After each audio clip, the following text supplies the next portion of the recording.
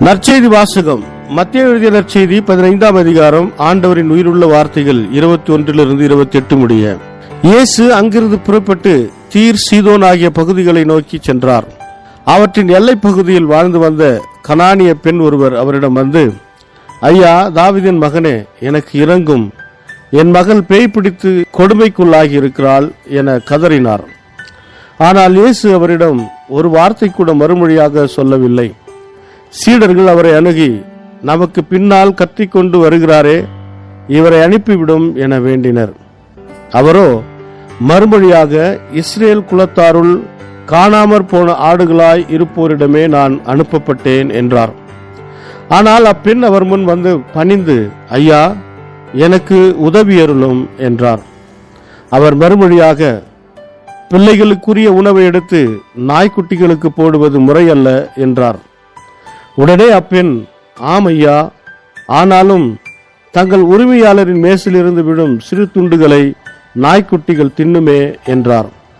இயேசு மறுமொழியாக, அம்மா, உமது நம்பிக்கை பெரிது, நீர் விரும்பியவாறே உமக்கு நிகழட்டும் என்று அவரிடம் கூறினார்.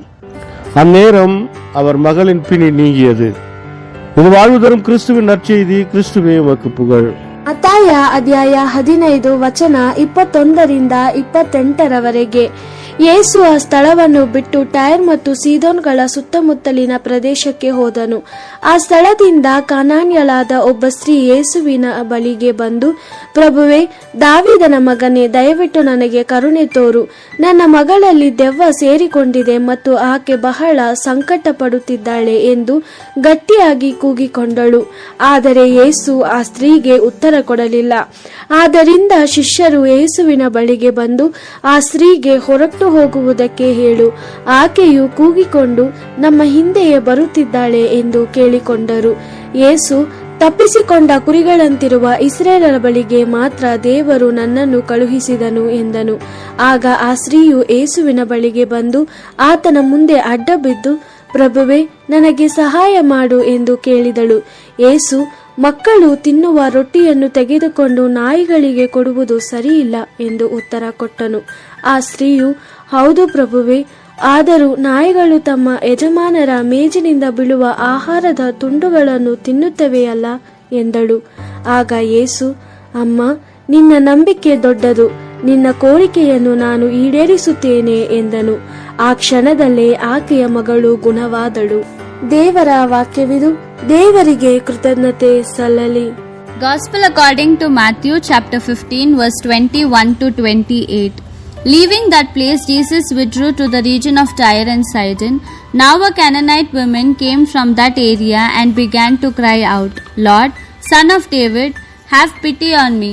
My daughter is greatly tormented by a demon.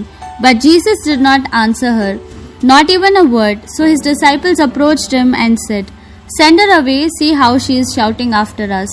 Then Jesus said to her, I was sent only to the lost sheep of the people of Israel. But the woman was already kneeling before Jesus and said, Lord, help me.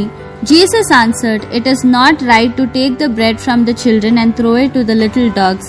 The woman replied, It is true, sir, but even the little dogs eat the crumbs which fall from their master's table. Then Jesus said, Women, how great is your faith! It will be as you wish. And her daughter was healed at that moment. The Gospel of the Lord. Praise to you, Lord Jesus Christ.